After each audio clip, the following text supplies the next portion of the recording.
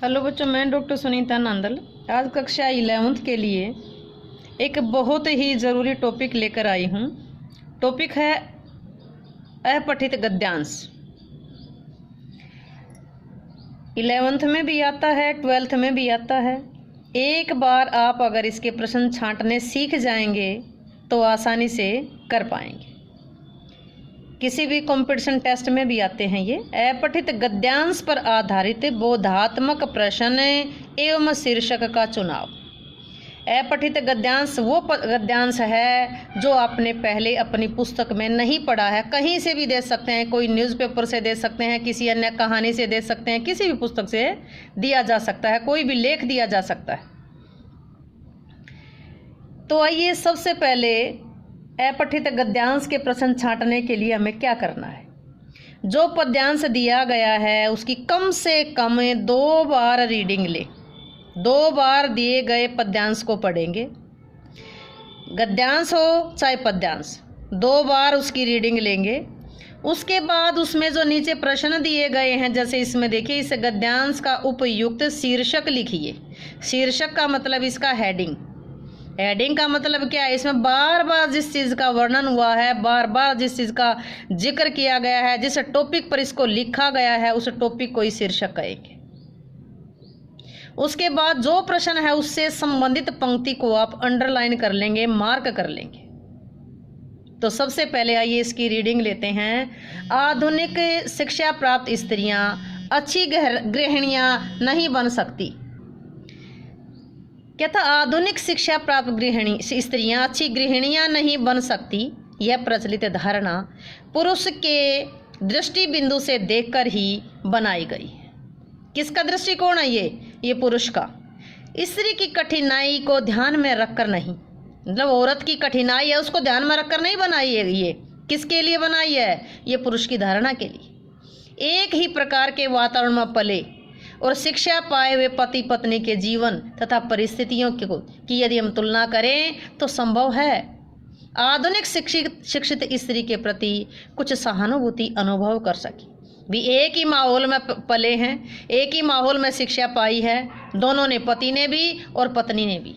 अगर दोनों की तुलना करेंगे तो हमें आधुनिक शिक्षित स्त्री के प्रति कुछ सहानुभूति होगी। विवाह के बाद पुरुष को तो कुछ छोड़ना ही नहीं पड़ता और न उसकी परिस्थितियों में कोई अंतर आता है, परंतु इसके विपरीत स्त्री के लिए विवाह मानो एक परिचित संसार को छोड़ करके नवीन संसार में जाना है। किसमें?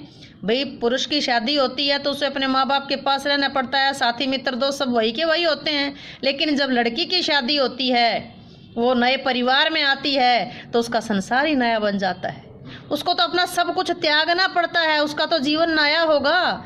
पुरुष के मित्र, उसकी दिनचर्या, उसके कर्तव्य सब कुछ पहले जैसे होते हैं और वह अनुदार न होने पर भी शिक्षित पत्नी के परिचित मित्रों, अध्ययन तथा अन्य परिचित दैनिक कार्यों के अभाव को नहीं देख पाता। पुरुष उसका कुछ भी अनुभव नहीं कर पाता। साधारण परिस्थिति होने पर भी घर में इतर कार्यों से स्त्री को अवकाश रहता है। संयुक्त कुटुंब, ज्वाइंट फैमिली न होने से बड़े परिवार की उलझनें भी नहीं घेरे रहती। उसके लिए पुरुष मित्र वर्जनीय है कि वो किसी पुरुष को अपना मित्र नहीं बना सकती और उसे मित्र बनाने के लिए शिक्षित स्त्रियां मिलती हैं। अतः उसे एक विचित्र अभाव का बोध होने लगता है। कभी कभी पति के आने जाने जैसी छोटी छोटी बातों में बाधा देने पर वह विरक्त हो उठती है। कभी कभी पति के आने जाने जैसी छोटी छोटी बातों में बाधा देने पर कि वहाँ मत जा, ये मत कर, वो मत कर, तो वो और भी विरक्त हो उठती है। अच्छी गृहिणी कहलाने के लिए उसे केवल पति की इच्छा अनुसार कार्य करने, मित्रों और कर्तव्यों से अवकाश के समय उसे प्रसन्न रखने के अतिरिक्त और विशेष कुछ नहीं करना पड़ता, परंतु यह छोटा सा कर्तव्य उसके महान अभाव को नहीं भर पाता। एक बार इसकी रीडिंग फिर लेंगे। आधुनिक शिक्षा प्राप्त स्त्रियां अच्छी गृहिणियां नहीं बन सकती। यह प्रचलित धारणा पुरुष के दृष्टि बिंदु को देखकर ही बनाई गई है। स्त्री की कठिनाई को ध्यान में रखकर नहीं, एक ही प्रकार के वातावरण में पले और शिक्षा पाए हुए पति पत्नी के जीवन तथा परिस्थितियों को यदि हम तुलना करें तो संभव है आधुनिक शिक्षित स्त्री के प्रति कुछ सहानुभूति अनुभव कर सके। विवाह से पुरुष को तो कुछ छोड़ना नहीं पड़ता, न उसकी परिस्थितियों में कोई अंतर आता है, परंतु इसके विपरीत स्त्री के लिए विवाह मानो एक परिचित संसार को छोड़कर नए संसार में आना है।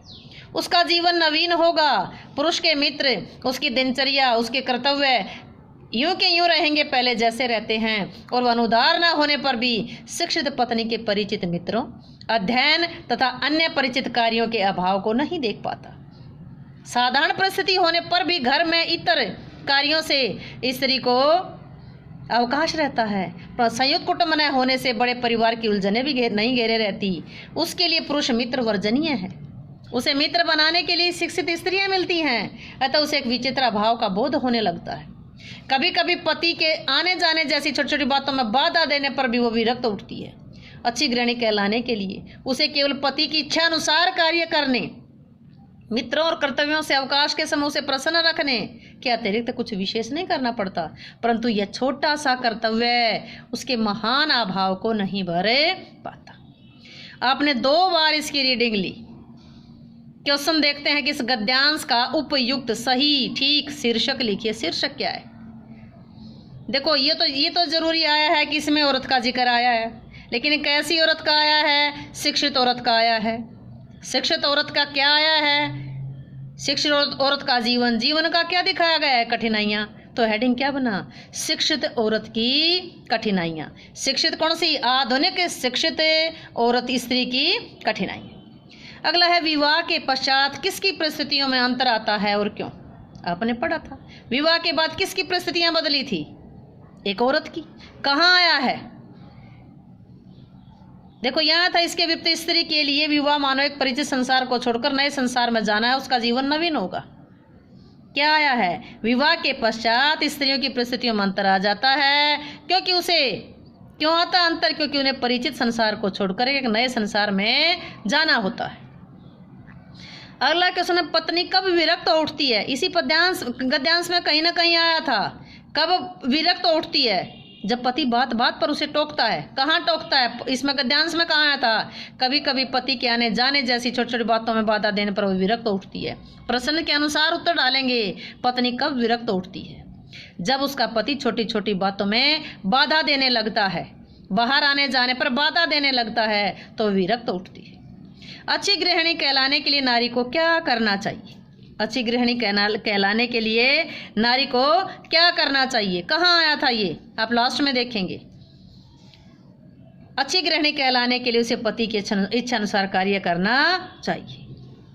तो ये आपने गद्यांश पढ़ा, 2 रीडिंग ली, और इससे पता चला कि ये जो बात, ये एक प्रश्न पढ़ा, उस प्रश्न से संबंधित उत्तर ढूंढा। उत्तर इसमें शिक्षित जो औरतें थी उनकी कठिनाइयों का जिक्र किया गया है। विवाह के पश्चात स्थितियों में अंतर कब आता है? मतलब न तो पुरुष में तो आता नहीं, लेकिन इसकी औरत की परिस्थितियों में अंतर आ जाता है, ये यहाँ आया है। स्त्री कब विरक्त उठती है? जो चीज़ इससे संबंधित आई है उसको हम अंडरलाइन कर लेंगे, विरक्त कब हो जाती है। अच्छी वो गृहिणी कहलाने के लिए नारी को क्या करना चाहिए, ये यहाँ आया है। इस प्रकार आप इनको मार्क कर सकते हैं, निशान लगा सकते हैं, और प्रश्न के अनुसार उस उत्तर को बना सकते हैं, ढाल सकते हैं। उम्मीद है कि यह पठित गद्यांश बनाने का तरीका, क्वेश्चन छांटने का तरीका आपको अच्छे से समझ आया होगा। समझ आया तो वीडियो को लाइक करें, शेयर करें, चैनल को सब्सक्राइब करना ना भूलें।